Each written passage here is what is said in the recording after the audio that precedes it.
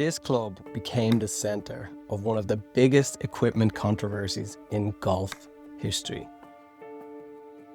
Not because it was illegal, not because it broke the rules. This is the Ping i2. And if the Ping answer changed putting, the Ping i2 changed irons. Today's forgiven irons are everywhere. Miss the center of the ball, it still flies. Launch is easy, but 40 years ago, none of that was guaranteed. And that's exactly where this story begins. So before the i2, most irons looked like this. Butter knives. Tiny sweet spots, thin soles, minimal forgiveness. If you missed the center of the face, you paid for it. Golf was extremely difficult. And for most golfers, it was often unnecessarily difficult. So Karsten Solheim saw that as a problem. The same engineer who revolutionized putting with the Ping answer was now looking at irons. He believed the equipment should help golfers perform better, and thank God he did. It shouldn't punish them for every slight mistake.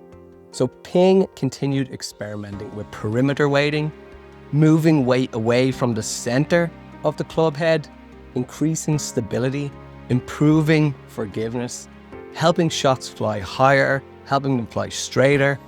The result was a series of irons that gradually evolved throughout the 1970s. Then in 1982, Ping introduced the i2, and golf equipment would never be the same. The i2 looked different.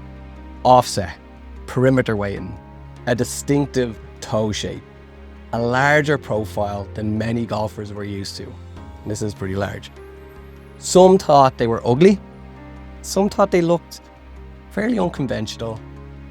Most changed their minds when they actually hit them, because the performance was undeniable.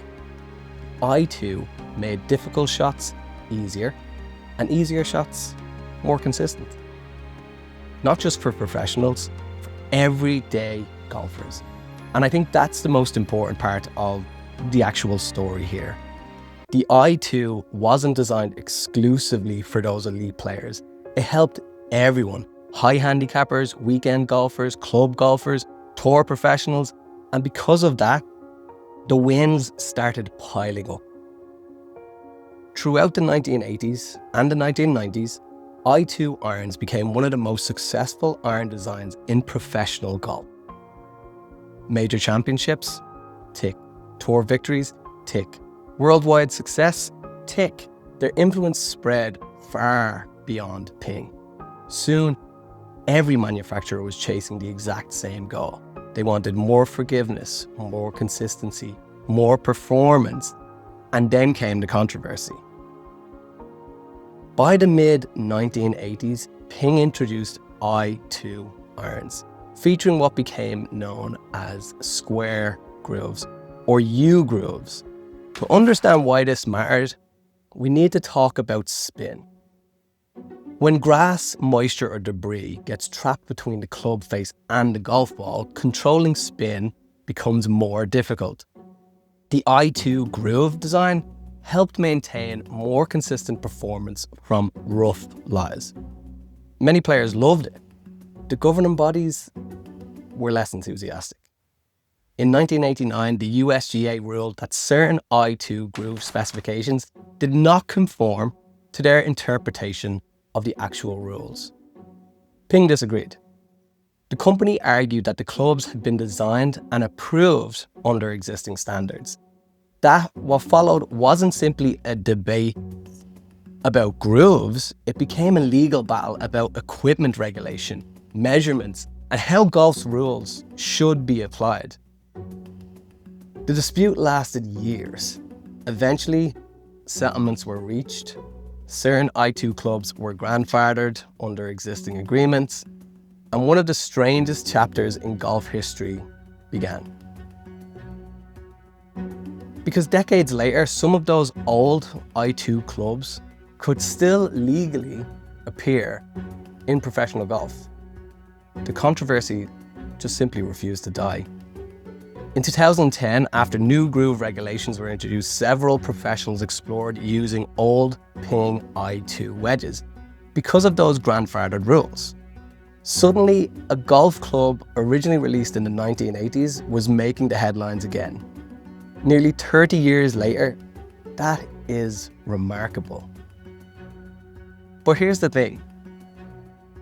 The groove controversy is not why the I2 actually matters. The I2 matters because it changed the direction of golf equipment forever for people like you and me. Walk into any golf shop today, look at any of your modern cavity back irons, your game improvement irons, your players' distance irons, even many irons used by tour professionals. You'll find traces of the I2 everywhere. Its influence is impossible to ignore.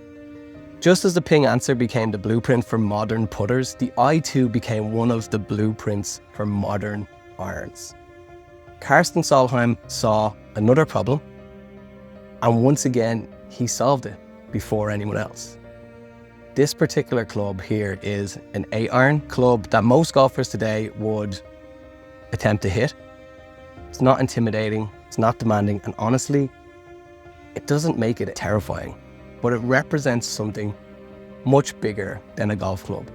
It represents a turning point, the moment golf clubs stopped being designed only for perfect strikes, and it started being designed for real golfers. That's why the Ping I2 changed golf.